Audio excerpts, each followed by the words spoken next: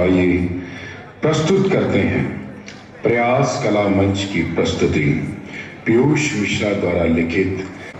तो आइए प्रस्तुत करते हैं प्रयास कला मंच की प्रस्तुति पीयूष मिश्रा द्वारा लिखित।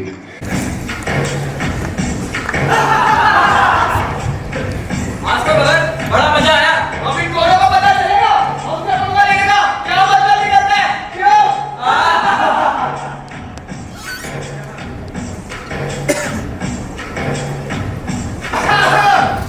ये लाहौर नेशनल कॉलेज है। चलते हैं 19 तक के चलाओ में क्या करने आया है। जी वही तो आप लोग करने आए हैं। बहुत जुबान चलती है तेरी। मैं पीछे हूँ तेरा नहीं देगा तुम पीछे। अच्छा तो ये बता मंगल पांडे जी के पिताजी का क्या नाम है। जी पता नहीं। चलिए बता माननीय महामना मदन मोहन पांडे जी का उनका क्या नाम है। जी वो भी नहीं पता। चलिए तो बता हिंदुस्तान के स्वाधीनता संग्राम के सबसे बुरे आदमी का क्या नाम है। General Dyer. ओ नहीं फिर तो तुझे ये भी पता होगा हिंदुस्तान के स्वाधीनता संग्राम के सबसे महान आदमी का नाम। बोल तू कुछ बोलने वाला था। जी मैं महात्मा गांधी जी बोलने वाला हूँ। तू आज भी पसंद आया तू यही मेरा नाम सुखदेव है। सुखदेव खबर। जी मेरा नाम भगत सिंह है। भगत सिंह संधू। अरे जब भी यार मगर एक बात बता महात्मा गांधी से नफरत तो नहीं। भगत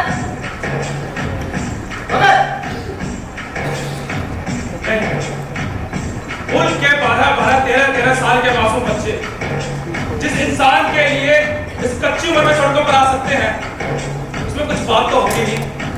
क्या जोशा में आंदोलन करेंगे।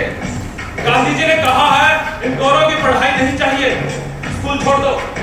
नालों में बस्ते फेंक कर बच्चे तैयार। कॉपी पेंसिल किताबों को आग लगा कर बच्चे तैयार। अपने छोटे छोटे हाथों से पत्तियां बांटे थे पत्तियां उठाई थी। फिर दिन अचानक सुबह सुबह मालूम पड़ता है कि आंदोलन वापस ले लिया गया।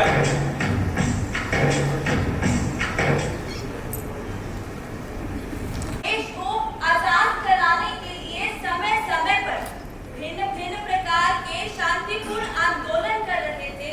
वहीं दूसरी ओर देश का युवा वर्ग जो हाथों में मशाले और दिल में इंकलाब की लौ जगाए क्रांतिकारी आंदोलनों को जन्म दे रहा था। और इसी कड़ी में जिक्र आता है पीले पर्चे का। पीला पर्चा यानी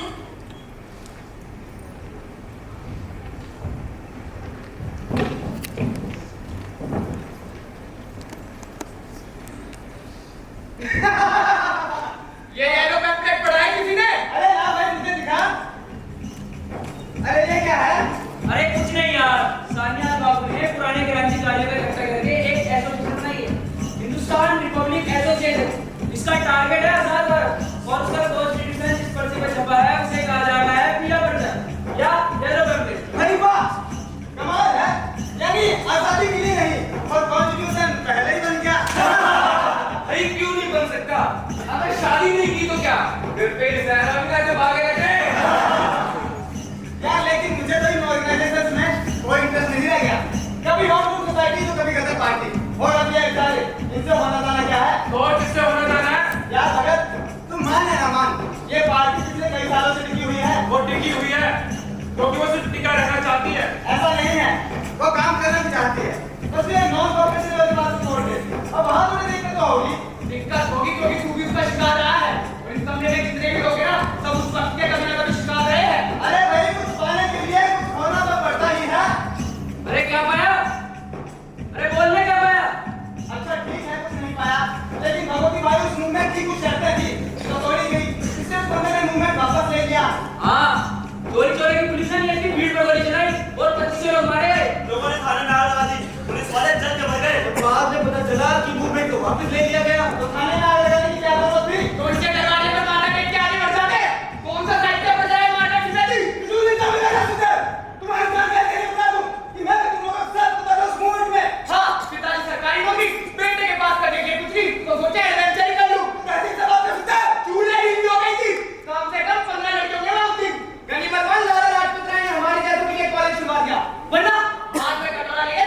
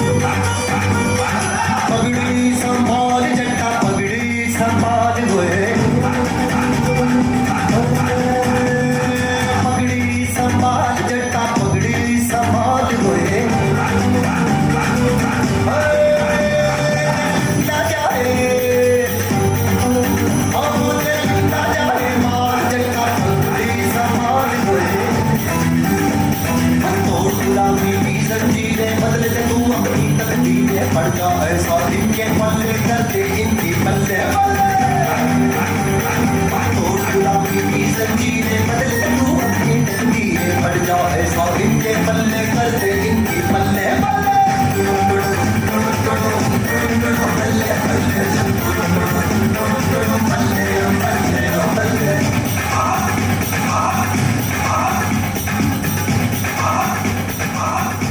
अरे ये क्या भगत की किताब? ये भगत भी ना अपनी किताबें कहीं भी छोड़ देता है।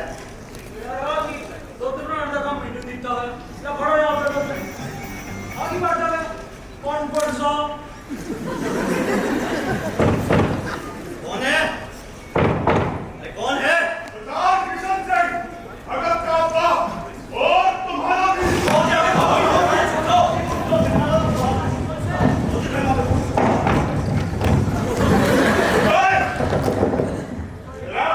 अरे बाबूजी, पहले बोला बाबूजी। नहीं बोल रहा कि क्यों? ये बताओ वो कहाँ है? वो तो यहाँ नहीं है बाबूजी। ये तो मुझे भी दिखाई दे रहा है, पर वो है कहाँ? बाबूजी तो अब तक यहाँ आए नहीं वो। तो लाहौर निकल गया या गोले कब्जा खा गए? हर घर में बेसाखी बन रही है और वो ना जाने कहाँ माँ और बहन को बुखार छोड़ वो मस्ती कर रहा है। एक बार मिल गया तो नहीं बाबूजी, इसे बताओ। अरे आजा, यहाँ बाबूजी मारो क्या? तो आजा तू आ रहा। बाबूजी, अरे अरे बाबूजी समझाया था, वो समझ भी गया था, पर बाबूजी वो कह रहा था कि लड़कियां थोड़ी पढ़ी लिखी होती है। पढ़ी लिखी लड़की को क्या प्रेम में सताकर रखेगा? तुम सबको इस नेशनल कॉलेज ने बिगाड़ कर छोड़ा है।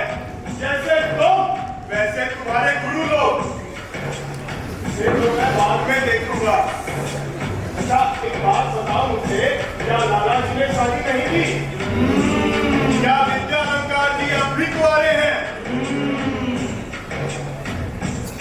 अच्छा ये यशपाल और कहाँ रहते हैं? बाबूजी, सुखदेव, वो तो कन्हैया लाल बिल्डिंग में रहता है, जय गोपाल के साथ। ये बात तो बाबूजी पी लो अंग्रेजी बोलेगा। तुम सबको मैं याद दिलाऊंगा सब कुछ। ये लठ मार के तुम्हारी क्रांति ना निकाल दी तो मेरा नाम सरदार किशन सिंह नहीं, समझे? आपको परेशान कर दिया। ऐसा कुछ नहीं है। दरअसल स्मृतियों पे इतिहास और राजनीति का बस नहीं चलता, इसीलिए वो स्मृतियां होती है। जब व्यक्ति उम्र के आखिरी पड़ाव पर पहुंच जाता है तो ये स्मृतियां ही उसे जिंदा रखती है। मैं उस वक्त लाहौर में नहीं था, लेकिन जब भी सुनता हूं नया नया सा लगता है। आओ। अरे नहीं सरदार, मुझे मेरी जगह मालूम है, मैं खड़े रहना पसंद करूंगा। मैं तुम्हें अभी नहीं पहचान पाया। मैं खुद नहीं पहचान पाया। मेरे पास क्यों आए हो? दरअसल इतिहास में ना तो मेरी कोई जगह है और ना ही मेरा कोई इंटरेस्ट। मेरा इंटरेस्ट तो उन लम्हों में है जो बहुत पहले ठहर गए और अभी भी ठहरे से लगते हैं। उनमें से कुछ मीठे थे तो कुछ कड़वे। मीठा को काटने के लिए बहुत मिले, लेकिन कड़वों के लिए तुम इस बूढ़े के पास चले आए जो रीढ़ की हड्डी पे कैंसर लिए अपनी आखिरी घड़ियां गिर रहा है। जी हाँ, मैं अपनी आंखों से देख रहा हूँ जिस इंसान ने 20वीं शताब्दी के तीसरे दशक में पूरे हिंदुस्तान को हिला के रख दिया था, आज उसको उसी के वार का जानकार नहीं पहचान पा रहा। मेरी अब ऐसी कोई ख्वाहिश नहीं। जब थी तब पूरी हुई, तब पूरा होना उसका हमारा मकसद था, हमारा उद्देश्य था। वाह, क्या बात है। Let us pledge our life to our country. Let us pledge our life to our country. Let us pledge our life to our country. Let us pledge our life to our country. मुझे आज भी याद है 1924 के दिसंबर की तूफानी रात कानपुर में गणेश स्वीकृति जी की प्रताप प्रेस के तलकर में वो खड़ा था।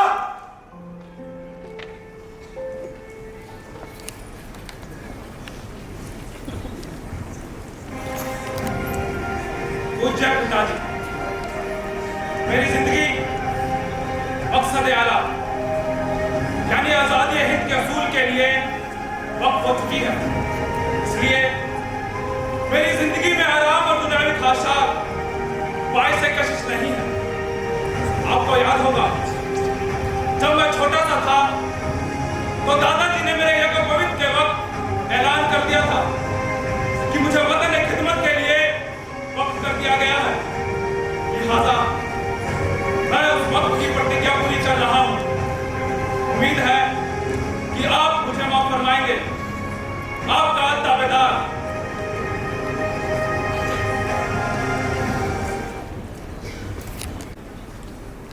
सिंह, क्यों है डरते हुए चेहरे में? जिस वजह से आप लोग हैं, अपनी वजह बताओ। वजह सबकी एक है, मुल्क की आजादी। और वो कैसे मिलेगी? लड़ना होगा। अच्छा, अंधेरे में 3-4 अंग्रेज छोकरों को पीटने को तुम लड़ना कहते हो? वो एक शुरुआत थी और शुरुआत कभी ना कभी होती ही है। लड़ तो पिछले कई सालों से रहे, अभी तक तो नहीं मिली आजादी। शायद लड़ने के तरीके में गलती रह गई। वो नहीं करना है। क्यों नहीं आ सकता? हमेशा कोई ना कोई आता रहा है। शादी में शहीद होने से बचकर भागे और करता है। शहीद यहाँ भी बना है और वहाँ भी, तो कम से कम महबूबत अपने पसंद की हो। जवानी में मौत और महबूबा में फर्क नहीं दिखता जब तक कि वो सामने ना आ जाए। मैं दोनों का सामना एक ही तरह से करने के लिए तैयार हूँ। बहुत तकलीफ होती है मरने में बरखुरदार। आपको कैसे मालूम? आप कभी मरे हैं क्या? मौत के बारे में जितना मुझे मालूम है उतना ही आपको, तो हिसाब बराबर। इस कमरे में बैठा हर शख्स कभी ना कभी थोड़ा बहुत मरा है।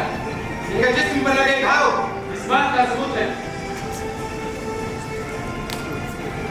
जिस्म पर लगे घाव किसी आदमी की ताकत का सबूत नहीं होता जनाब।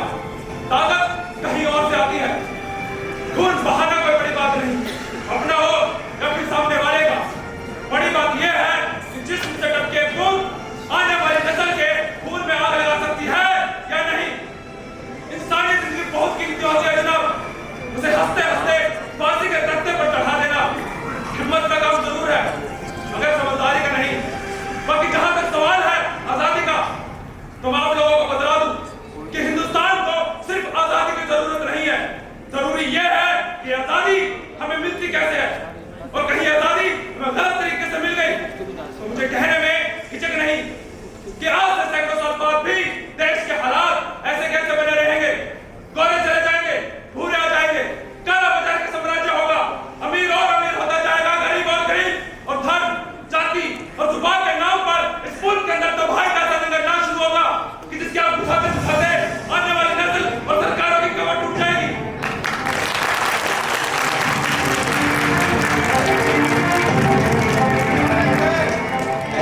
तुम्हारा स्वागत है भाई सिंह।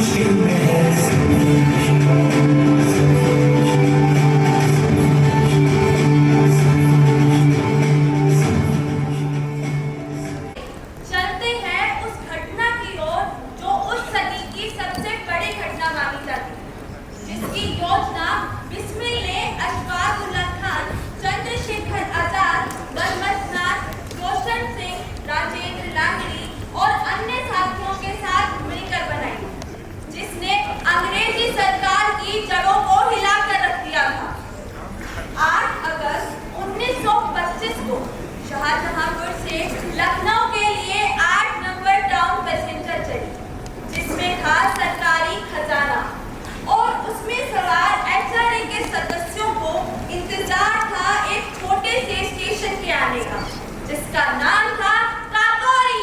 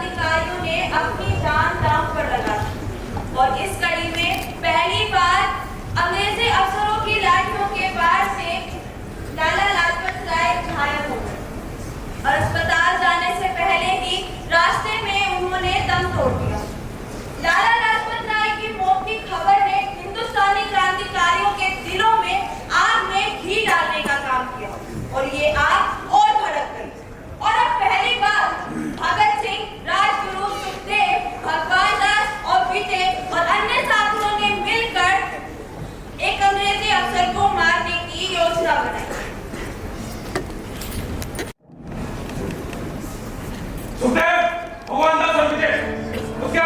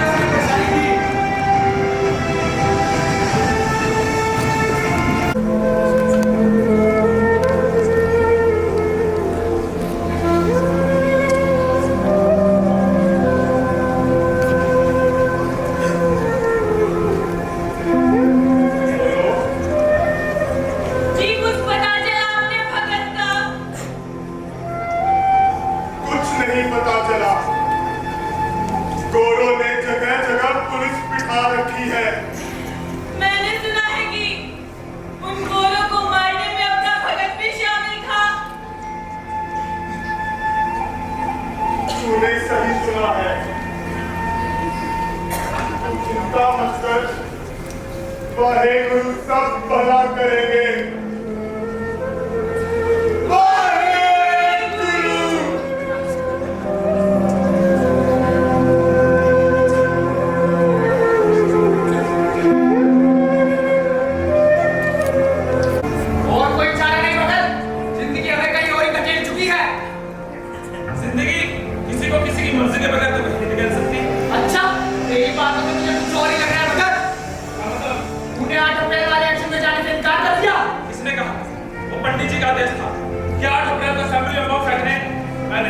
जब भी बम फेंकने की पेशकश करी थी, बम फेंकने के बाद गिरफ्तारी देने की पेशकश करी थी। वो भी है, वहाँ दुनिया जहां भी प्रेस मौजूद होगी, विदेशी पत्रकार होंगे, ऐसे समय को अपनी बात दुनिया तक पहुंचाने का किसी से मौका हो ही नहीं सकता। हाँ तो पहुंचाएगा तो, हाँ राजू जो लाचार बचपन की वजह से ऐसी जुबान नहीं रखता कि मैं अपनी बात ठीक ठीक कह सके। ये वो तेरा जय गोपाल जो तेरे एक इशारे में जान की बाजी को लगा सकता है, लेकिन चाहकर भी मंच पर खड़े हुए भौतिक स्तर पर क्रांति के मकसद को व्यक्त नहीं कर सकता। तो ऐसा बात है मुझसे कहने का मतलब? बात सरदार भगत सिंह सुखदेव से मामूली की बात का मतलब पूछ रहे हैं। किस ओर इशारा कर सकते हैं? सरदार भगत सिंह को एकदम एहसास हुआ कि उनका इंटेलेक्ट सिस्टम है। एक सरकार एक सिंह से चलाए जाने वाले सरदार भगत सिंह के नाम में दिक्कतें आने लगी है। सरदार भगत सिंह अपनी तूफानी शिद्दत और इस क्रांति की बेतहा जानकारी अपनी दृष्टि किसी नागरिक से लिए बचा कर रखने की सोच रहे हैं। किसी भी किस्म की क्रांति में कोई कंफ्यूजन की गुंजाइश नहीं होगी जनाब, और खासकर जब वो कंफ्यूजन किसी और का लाया हो। तेरी आंखों की लाली में बदलाव देख रहा हूं मैं आजकल। कोई वजह नहीं मगर, कोई वजह नहीं बनती तू पीढ़ी के ऊपर थप्पड़ मारे तो तेरा मुंह देख देख के जी रही है। मुझे पंडित जी से बात करनी है।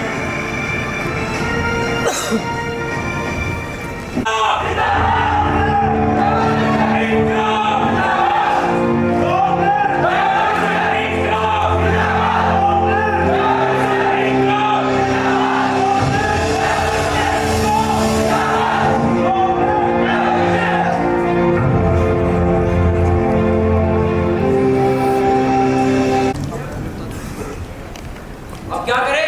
सरकार बोतला उठी है पंडित जी, चारों तरफ सारे पंडित शुरू हो गए।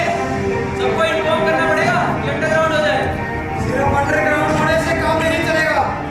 मैं तुम अभी उन्हें निकल रही हो राजगुरु जी पंडित जी। हाँ, ये कैंची जैसी जबान पर काबू रखना।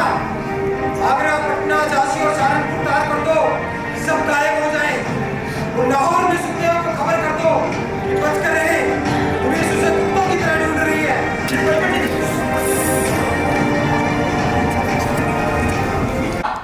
बस अब जेल जेल का फर्क है।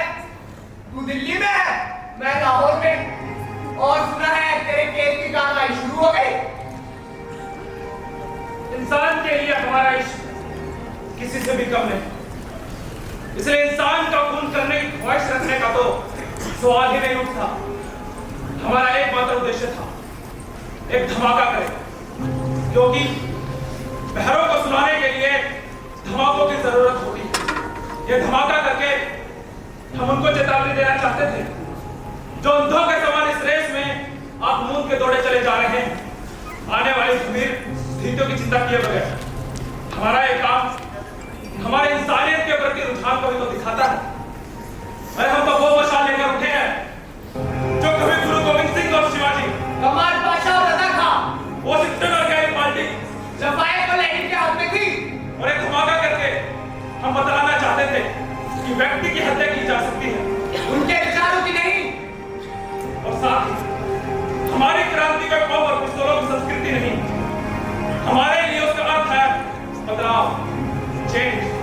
अगर समय रहते हमारी बदलाव नहीं लाया गया संस्कृति में तो अपने आने वाले कल के हिंदुस्तान को कुछ पूंजीपति लोग अपने सुनहरे कलमों से लिख रहे होंगे।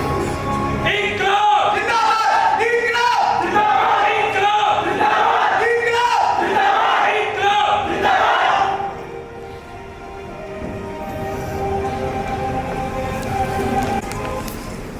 कितने आगे तक गई उस क्रांतिकारी की भविष्यवाणी? किस कानों तक रची बसी रह गई उसकी बात? आज 1965 इस बात का गवाह है कि आजादी हमें संघर्ष से मिली है, और उसके पीछे वो महान आदमी विधाता साहब, वो मूवमेंट वक्त का एक बुलबुला था जो वक्त के साथ ही फूट गया और अपने साथ ले गया खूनी गोलियों और बम धमाकों की आवाज। गलत कह रहे हो माइकल, बिल्कुल गलत। धमाकों की आवाज 1947 में पूरे महाकाल में उठी थी और उनके सर चुट गई थी। लाखों करोड़ों बच्चों, बूढ़ा और औरतों की चीखें सब चिल्ला उठे थे। हमें नहीं चाहिए पाकिस्तान, हमें नहीं चाहिए हिंदुस्तान, हमें सिर्फ एक मुल्क चाहिए जिस पर हम अपनी आजादी की पूरी सांसें भेज के आज 18 साल बाद भी इन ज्वालामुखी का लावा इन दो मुल्कों के सीने में दबा रहा है। किसको जिम्मेदार ठहराओगे तुम? किसको?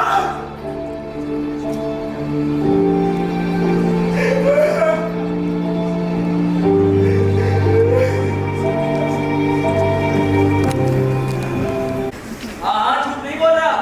पंडित जी को खबर कर दो कि कल सुपरनाथ, जयदेव और सुरेंद्र सहारनपुर में पकड़े गए हैं और मैं ये जिला आज ही छोड़ रहा हूँ। और हाँ, इसका ख्याल रखना क्योंकि कल भगत और दत्त का फैसला है। ठीक है, अब रखता हूँ।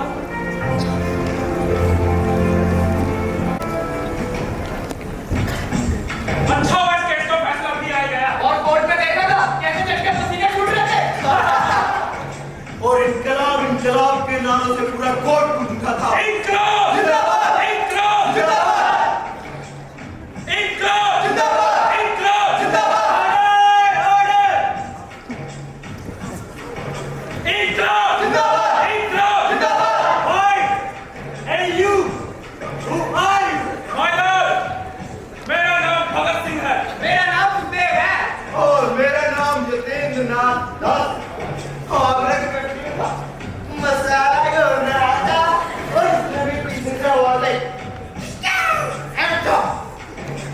एक बार तो मैं हुआ तैयार किया हुआ बम पीछे उठा और हैंडअप कर दिया। फिर सोचा तुमसे लोगों से दोबारा मिलने का मौका कहाँ मिलेगा? अरे तुम्हें बम बनाना सिखाया हमने, तुम्हारे बाप है हम। हम बाप है दुनिया के। We are terrorists. तुझे याद है अभी? कौन सा नहीं? अरे याद कैसे नहीं होगा? बाजार में कैलेंडर मिल रहा और उस पर एक खूबसूरत लड़की की तस्वीर और अपने राजा उनका उस पे देना आया यार। उसे खरीदना लाकर लटका दिया पार्टी की दीवार में। इतने में जब से पंडित जी आ गए, पंडित जी से देखते ही आप बबूला हो गए। मैं पता कि पंडित जी ने क्या किया। ये बेहुदा कैलेंडर किसने लटकाया यहाँ? मैं पूछता हूँ किसकी हरकत थी ये? पंडित जी, आपका पास बड़ा।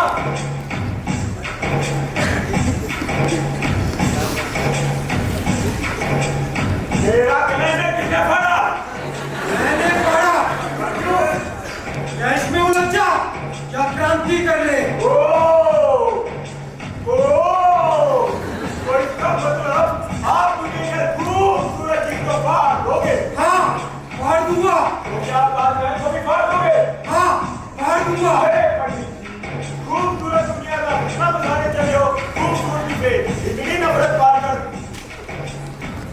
वाकई में एक खूबसूरत सवाल था। तुझे याद है काबे की क्रांति, जब मैंने अपने खोए हुए साथियों को बार बार याद करके बस रोता रहता था, लेकिन उसकी प्रेमिका के एक खत ने उसमें इतना जोश भर दिया जिसने आने वाले इतिहास को दिशा निर्देशन देना शुरू कर दिया। सुखदेव मेरे दोस्त, वो तो हम गुलाब मुल्क के नौजवान हैं जहाँ इश्क जैसी पाक साफ चीज के लिए आवा हवा ठीक वरना अगले जन्म में भी अपनी महबूबा को अपने आगोश में लेकर उसके कंधे से सिर टिकाना चाहूंगा।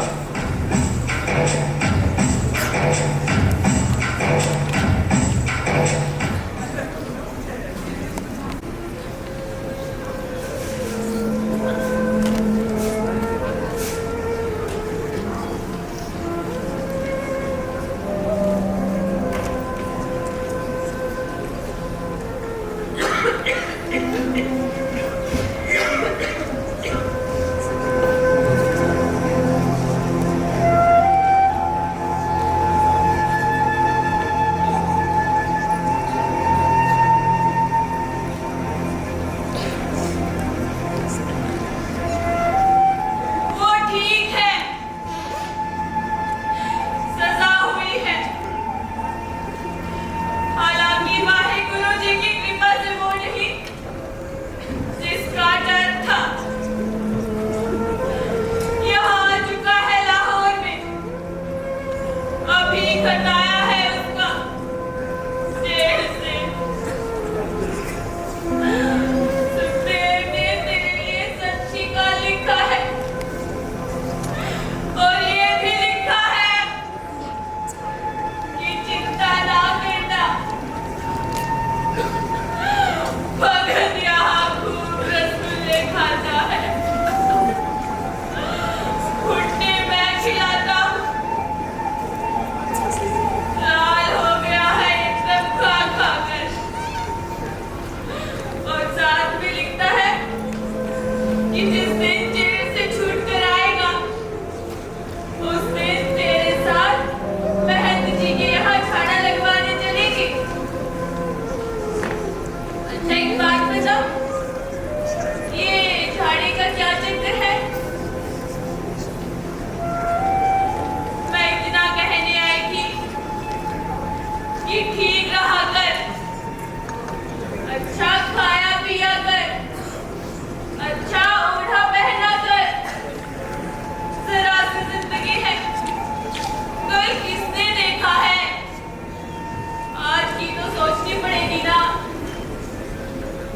अच्छा मैं चलती हूँ, इनके यहाँ नए दोस्त बन गए, उनके लिए मक्के की रोटी और सरसों का साग मंगवाया है।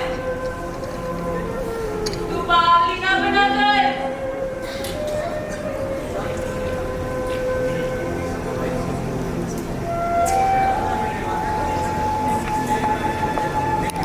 बेबे जी,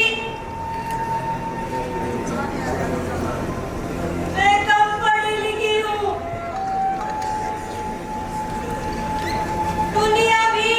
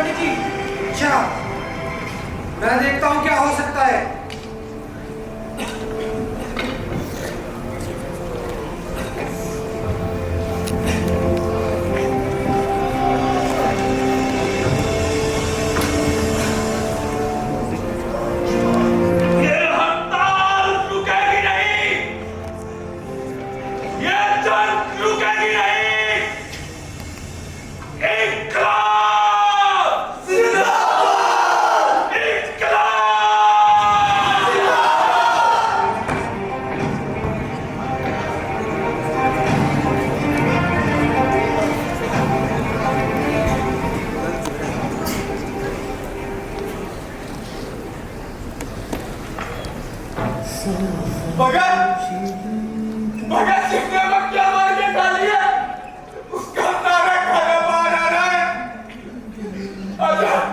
अजय ने भी मिर्च वाला पानी पी लिया भगत, वो गोरे लोग उसके मुंह में नहीं देख पा रहे, और यदि दुनिया बैठनों में इतने दूध भर गया, उसका सारा शरीर कट रहा है भगत। उसने दवा खाने से भी इनकार कर दिया भगत, और उसकी जुबान भी हट रही है, उसकी नाड़ी भी जा रही है भगत, वो अपनी आंखें भी नहीं खोल पा रहा। अब हमारे दिल में है, मुझे बोला था ना भगत, है जोर दिन तक मेरा साथ दूंगा। वो देख, आजादी अपना डोला ले सजाए बैठी है। इनकलाब जिंदाबाद। क्या बताए ये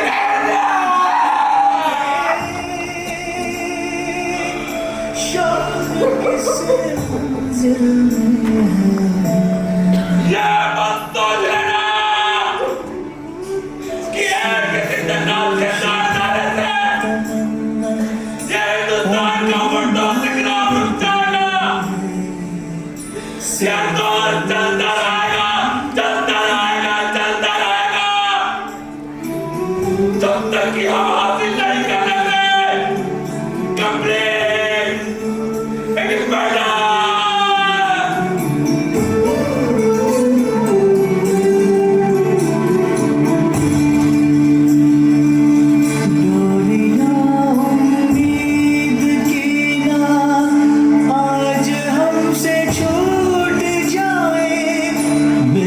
भगत के साथियों में पहली मौत थी और उन्होंने 114 दिन की हड़ताल में अपनी मांगे मानने पर अंग्रेजी सरकार को मजबूर कर दिया। उन्होंने चबरा दिया था अंग्रेजी हुकूमत को, और अब जापान, पोलैंड, कनाडा और दक्षिण अमेरिका से चिट्ठियां आने लगी। लोग सड़कों पर उतर आए, जगह जगह हड़तालें टूट पड़ी। किसान मजदूर वर्ग रेलें बनाकर उमड़ पड़ा था। अखबार अंग्रेजी हुकूमत के खिलाफ आग उगलने लगा, और अब सरदार भगत सिंह संधू का पूर्ण स्वराज का नारा मुल्क के कोने कोने में गूंज उठा था।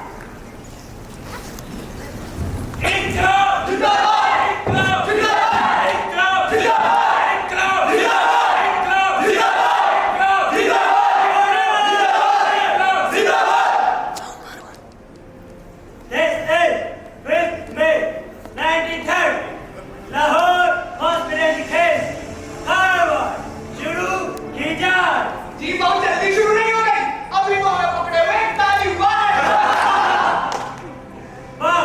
and the group, तुम लोगों पर superintendent of police John Saunders ही नाजायज हथियार से गोली मारकर हत्या करने का आरोप।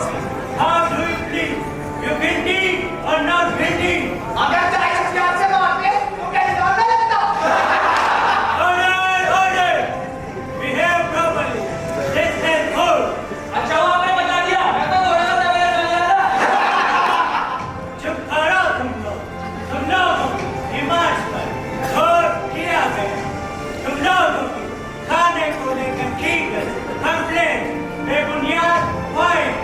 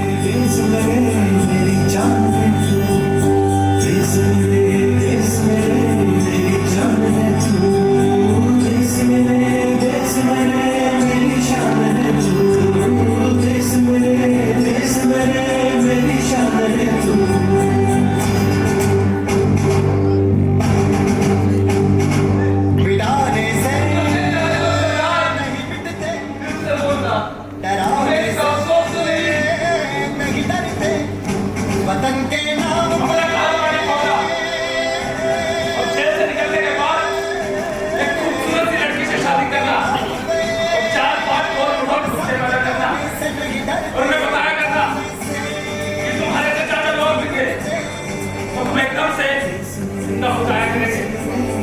इस 23 साल 5 महीने और 26 की जिंदगी का इससे तो क्या मूल्य हो सकता है? बस मिलने का नाम खत्म हुआ।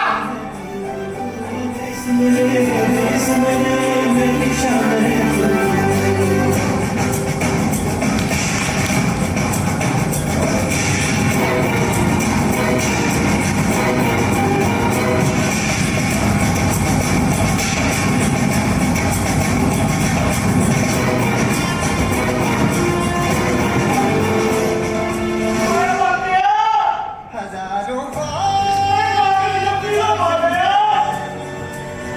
सुलगती सी निगाहों में सुलगती सी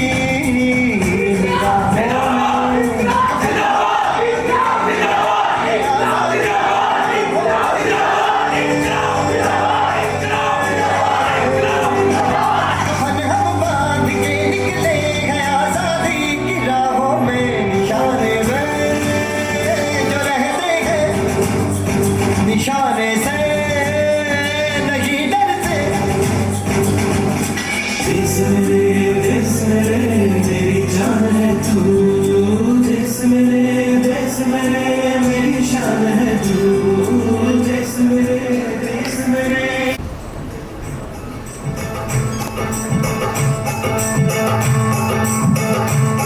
मेरा रंग दे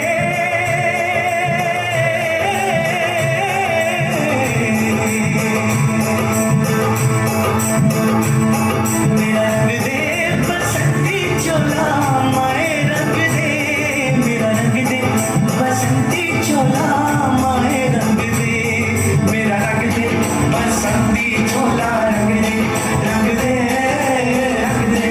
बसंती चोला माए रंग दे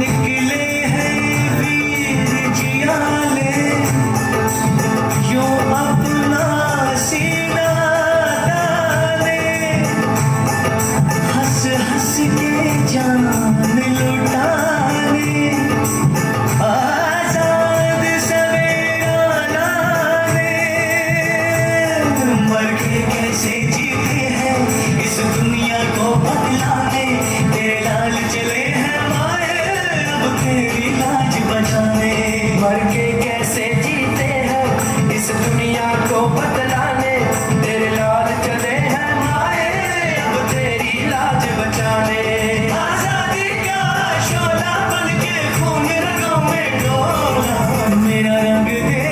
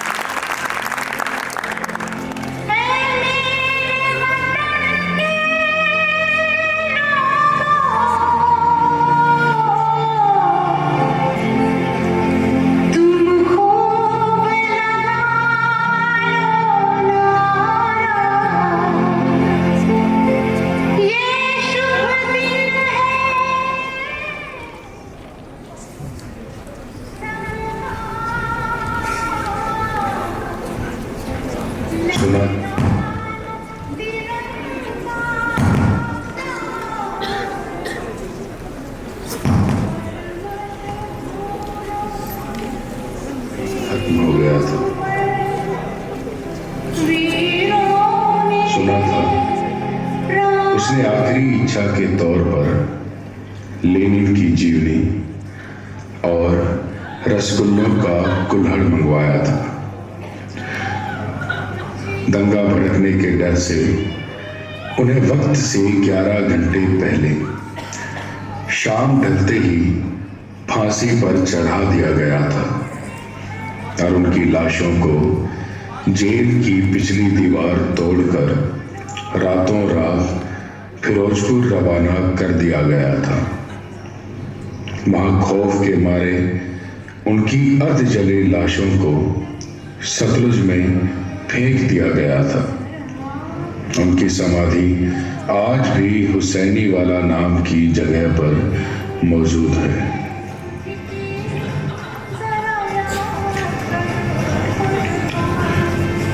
वो वक्त भी एक तथ्य था।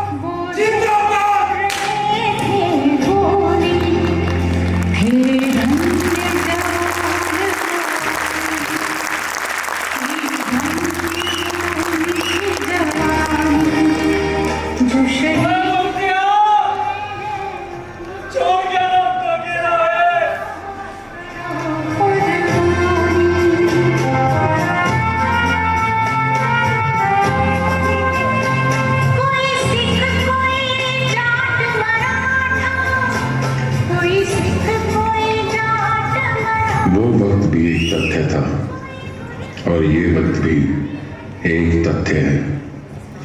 तथ्य सिर्फ तथ्य होते हैं, इनमें तुलना नहीं होती। सरदार के मुकदमे के दौरान भगवती भाई बम बनाते हुए लाहौर में मारे गए। उनकी धर्मपत्नी हमारी दुर्गा भाभी आज भी गाजियाबाद में रहती हैं। किसको मालूम है? किसी को नहीं। काकोरी केस के इकलौते चिराग डॉक्टर मनमथ नाथ गुप्ता निजामुद्दीन दिल्ली में रहते हैं। किसको मालूम है? किसी को नहीं।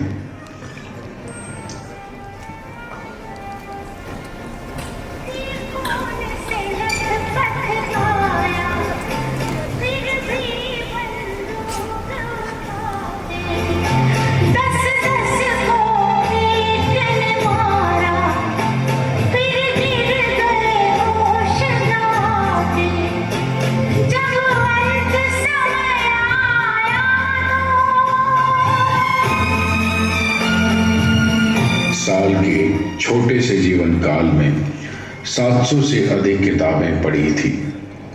उनका मकसद देश को सिर्फ आजाद कराना नहीं था, बल्कि शिक्षित करना भी था।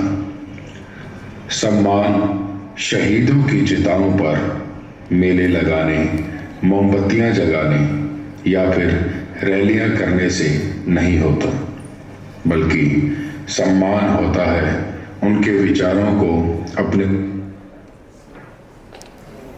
दिलों के भीतर बसा लेने से, उन पर अमल करने से।